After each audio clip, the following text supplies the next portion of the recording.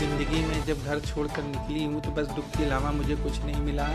कहीं इधर पड़े रहना स्टेशन पे, कहीं उधर जाके बोरी ओढ़ के सोना, तो कहीं पर जाकर भीख मांग के खाना खाना, ये सारे हमारे जीवन में इस तरीके चले हैं। और लेकिन फिर भी मैंने हिम्मत नहीं हारी। एक बार तो मन हुआ कि मर जाऊं, जान दे दूं, लेकिन फिर मैंने सोचा कि मरूंगी तो नहीं, संघर्ष करूंगी, कुछ ऐसा करूंगी कि एक नाम अपना बनाऊं और एक ऐसा काम करूं कि समाज के अंदर हम किन्नरों की एक इज्जत से लोग नाम लें। मैं राजनीति में इसलिए आई हूं क्योंकि मैंने देखा और एक समय से मैं देखती चली आ रही कि हमारा किन्नर समाज बिल्कुल अलग किया है, बिल्कुल अलग था। ना उसकी कोई सुनवाई होती थी, ना उसका कोई काम होता था। अगर हम कहीं जाते थे, किसी से लोन बैंक में मांगना है तो बैंक लोन देने कहती तुम लोग को किस आधार पर लोन दें, तुम चुकता कहाँ से करोगे। सरकार ने भी हमें नकार दिया, कोई हम पर ध्यान नहीं देता था, कोई हमें देखता नहीं था। तब हम लोगों ने मजबूरन हम लोगों ने कहा कि अब समझ में आया है कि हमें अपनी इज्जत और हमें अपना सम्मान खुद लेना पड़ेगा। मैं हिम्मत नहीं हारी और मैं आपको बताऊं, जब मैं चुनाव लड़ी हूं तो चुनाव लड़ते समय आप मानेंगे नहीं, मेरे पास पैसा नहीं है। मैं बिना पैसे की चुनाव लड़ रही थी। कुछ लोगों ने मेरी मदद की, कुछ जनता ने मुझे मदद किया और जनता ने मुझे चुनाव लड़वाया। और उसके बाद ऐसे दिन आ गए हैं कि मेरे पास पैसे नहीं और मेरे पास मेरा सारा किन्नर समाज रुका। हम खाने के लिए पैसे नहीं हम लोग के लिए कि कल पोस्टर कहाँ से लगेंगे, कल बैनर कहाँ से। तो रात में हम लोग जो है, दिन में सुबह में अपने पुलिस प्रशासन जो मुझे सिक्योरिटी मिली थी, उस सिक्योरिटी को लेके मैं जाती थी बधाई बजाने।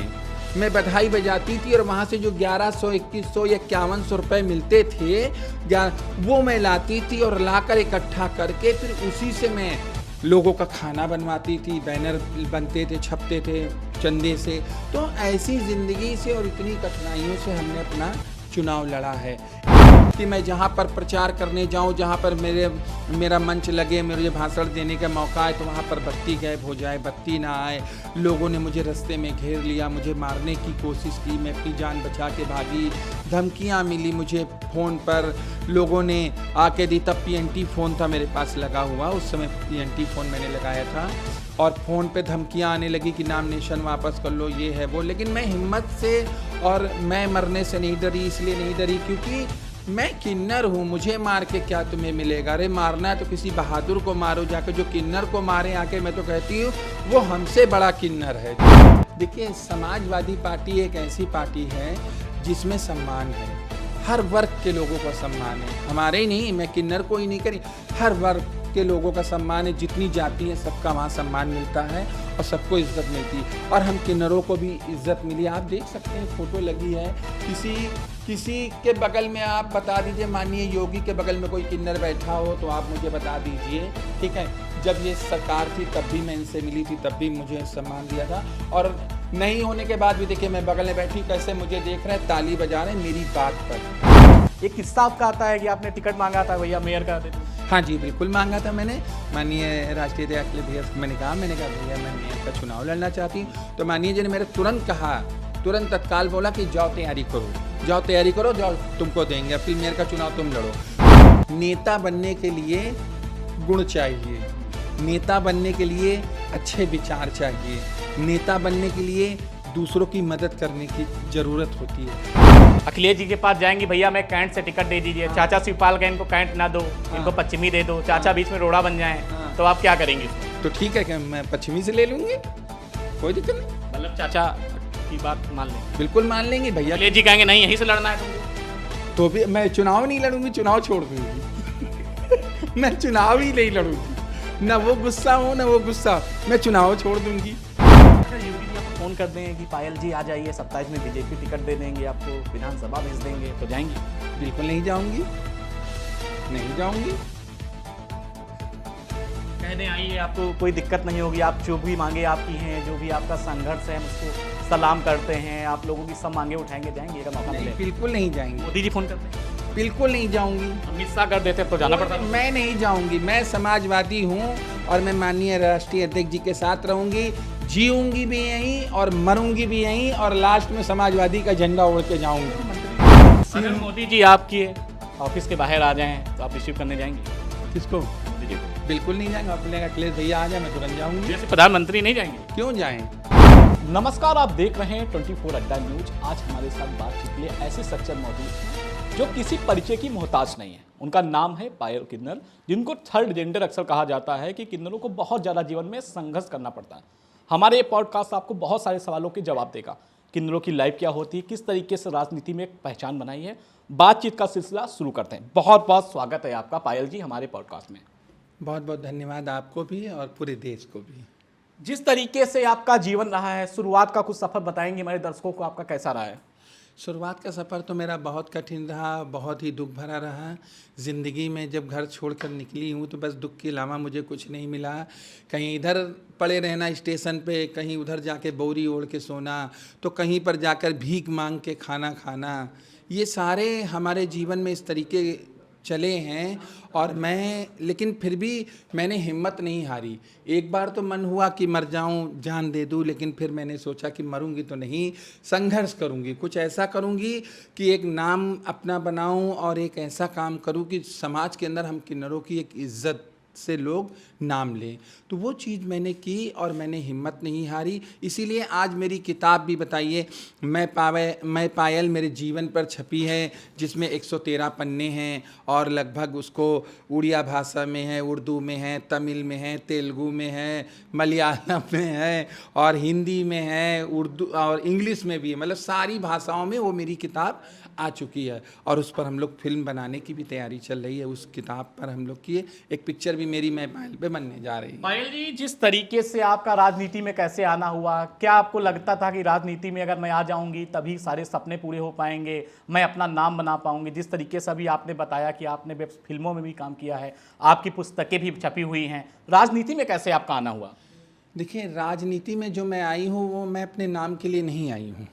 मैं राजनीति में इसलिए आई हूँ क्योंकि मैंने देखा और एक समय से मैं देखती चली आ रही कि हमारा किन्नर समाज बिल्कुल अलग किया है, बिल्कुल अलग था। ना उसकी कोई सुनवाई होती थी, ना उसका कोई काम होता था। अगर हम कहीं जाते थे, किसी से लोन बैंक में मांगना है तो बैंक लोन देने कहती तुम लोग को किस आधार पे लोन दें, तुम चुकता कहाँ से करोगे। मानते हैं कि हम लोग दूसरों के घर में नाच गा के 4 पैसे कमा के लाते थे, लेकिन लाने के बाद उसमें ये लोग कहते थे कि आप हमको दोगी कैसे, आपसे लड़ेगा कौन। तो जो लोगों में एक हम लोग के प्रति भ्रम पैदा था, लोगों ने कर रखा था कि ये लोग बहुत अजीब होते, बदतमीज़ टाइप लड़ते हैं, झगड़ते हैं, लेकिन ऐसा कुछ नहीं है। ये लोगों ने हम लोग के प्रति अफवाह फैला रखी थी। तो उन्हीं सब चीज़ों को लेके हम लोगों ने सोचा कि ऐसे सरकार के पास हम लोग कई जगह गए और लोगों से मिलने के बाद हम लोगों ने अपनी डिमांडें, अपनी मांग रखी कि हम लोग चाहते हैं हमारा ये काम हो जाए, या हमारा बैंक में अकाउंट खुल जाए, या हमें बैंक लोन दे दे, हम अपना मकान खरीद लें, हमें टीवी चाहिए, हमें बाइक खरीदना। इस तरीके हम लोगों ने चीज़ें की, लेकिन क्या हुआ, सरकार ने भी हमें नकार दिया। सरकार ने भी हमें नकार दिया, कोई हम पर ध्यान नहीं देता था, कोई हमें देखता नहीं था। तब हम लोगों ने मजबूरन हम लोगों ने कहा कि अब समझ में आया है कि हमें अपनी इज्जत और हमें अपना सम्मान खुद लेना पड़ेगा। तो यही हुआ कि हमारे भी दिल की इच्छा हुई हम किन्नरों की कि हम लोग क्यों ना बैठ के, हम लोग भी जिस तरीके हर नेता विधानसभा में बैठ के अपनी दिल की बात रखता है, अपनी जनता की बात रखता है, वैसे ही हम किन्नरों को भी विधानसभा के अंदर पहुंचना चाहिए, जो हम लोग पहुंच के अपने दिल की बात रख सकें, अपने मन की बात कह सकें और अपनी जो चीज़ों को है वो जाकर वहाँ बोलकर और हमें जो जो चीज़ चाहिए वो हम सब ले सकें। इसलिए मैंने सोचा कि मैं राजनीति में आऊँगी। अच्छा, कहते हैं कि सब कुछ करना आसान है, राजनीति करना बहुत कठिन है। आप लालजी टंडन के सामने चुनाव लड़ी, कुछ ऐसा हुआ था कि भाई लाल टंडन के सामने मैं चुनाव लड़ रही हूँ, चुनौतियाँ आई होंगी, तो उस समय आपको कैसे चुनौतियों का आपने सामना किया? देखिए, चुनौतियों का सामना हमने, बड़ी कठिनाई हुई, हमें बहुत मुश्किल हुआ, लेकिन मैंने हिम्मत नहीं हारी। मैं हिम्मत नहीं हारी और मैं आपको बताऊं, जब मैं चुनाव लड़ी हूं तो चुनाव लड़ते समय आप मानेंगे नहीं, मेरे पास पैसा नहीं है। मैं बिना पैसे की चुनाव लड़ रही थी। कुछ लोगों ने मेरी मदद की, कुछ जनता ने मुझे मदद किया और जनता ने मुझे चुनाव लड़वाया।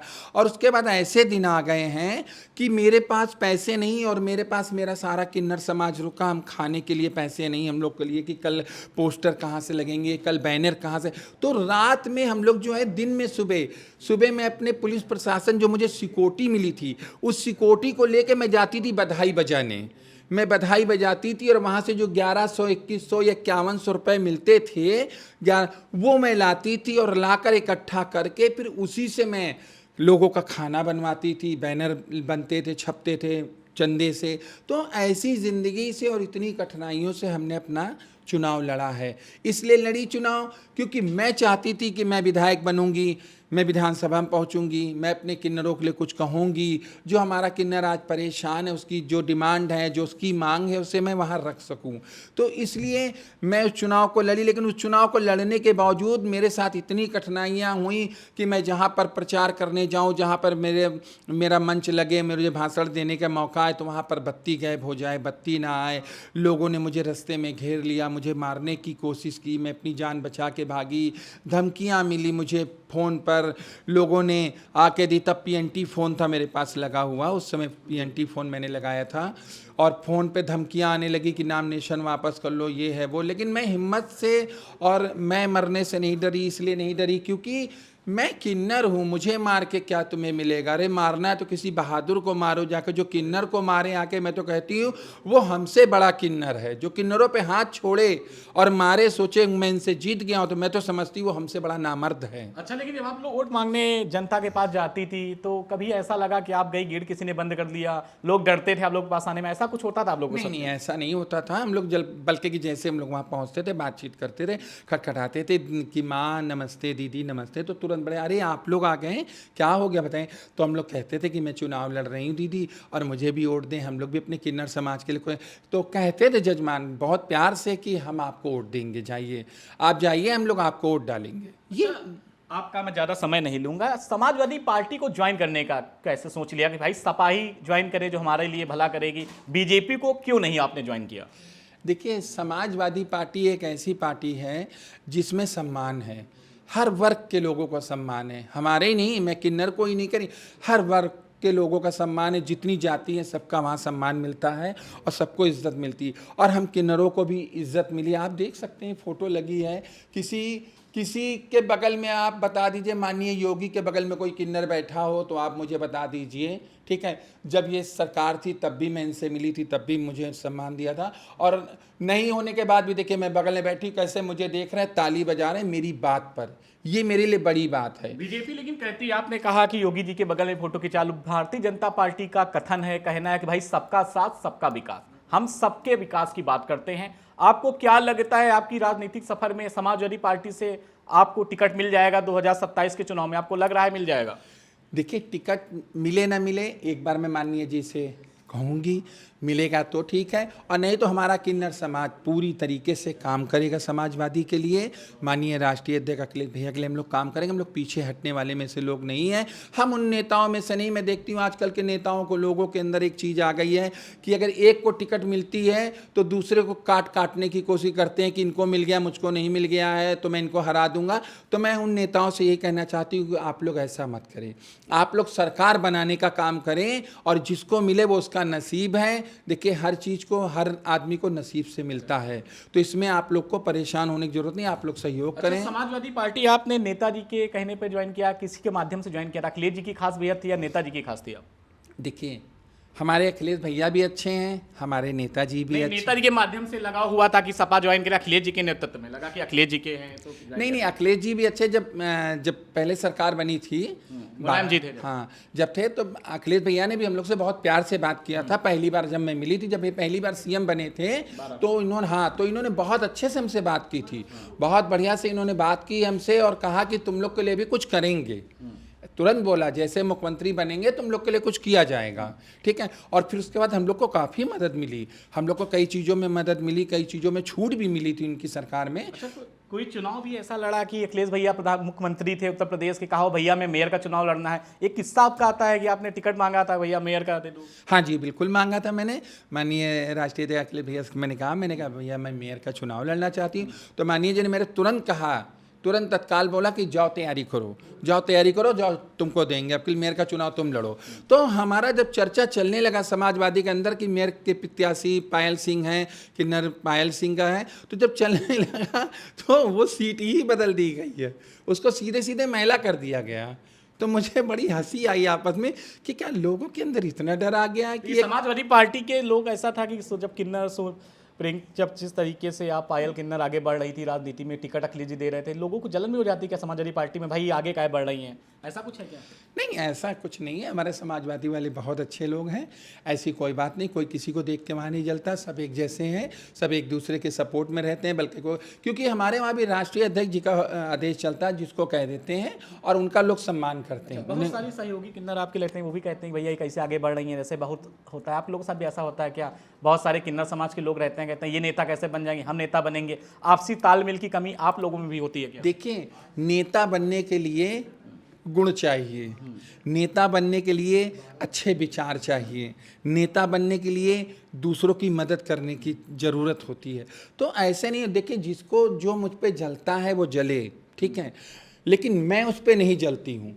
मैं उसकी मदद हमेशा करूंगी। जब मैं सरकार हमारी जैसे 27 में बनेगी, मैं हर किन्नर की मदद करूंगी, हर किन्नर के साथ जिसको जो परेशानी होगी, जो मेरे लिए बुरा सोच रहा होगा मैं उसकी भी इज्जत करूंगी, जो मेरे लिए अच्छा सोच रहा होगा मैं उसके लिए भी इज्जत करूंगी, क्योंकि मेरे लिए कोई बुरा नहीं है, मेरे लिए सब अच्छा, एक बराबर। इस वक्त तो नेताजी तो हैं नहीं दुनिया में, लेकिन आपकी चाचा शिवपाल से ज़्यादा पट्टी अखिलेश जी से ज़्यादा पट्टी है।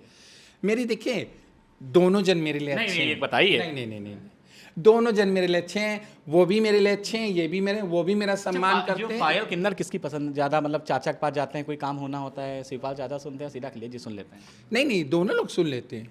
मैं किसी रियल, ये आप रियल करीबी हैं तो आप बता सकती हैं। नहीं नहीं, रियल है। मैं चाचा से कहती हूँ तो चाचा भी मेरी बात नहीं काटते हैं, भैया जी से कहती भैया जी भी नहीं काटते। नहीं नहीं, गलत बात है। अगर दोनों में से एक को चुनना हो, किसको चुनेंगी? मैं तो दोनों जन को चुनूँ। नहीं नहीं, एक ऑप्शन। नहीं नहीं, मैं दोनों जन को चुनूंगी, वो दोनों ही अच्छे हैं। चाचा का मन हो कैंट से टिकट दे दिया जाए, अखिलेश भैया बोले कैंट नहीं देंगे टिकट, तो पायल क्या करेंगे इस वक्त? कौन भाई, वो बड़े हैं, उनका जो अधिकार होगा, जो आपस में बात करे, उसमें मैं कौन होती बोलने वाली? भाई मैं तो दोनों जन के साथ हूँ। चाचा जी लड़ेंगे तो मैं उनके साथ चाचा बोलेंगे। आपकी कौन सी विधानसभा लखनऊ से है जिससे आप चुनाव लड़ना चाहती हैं?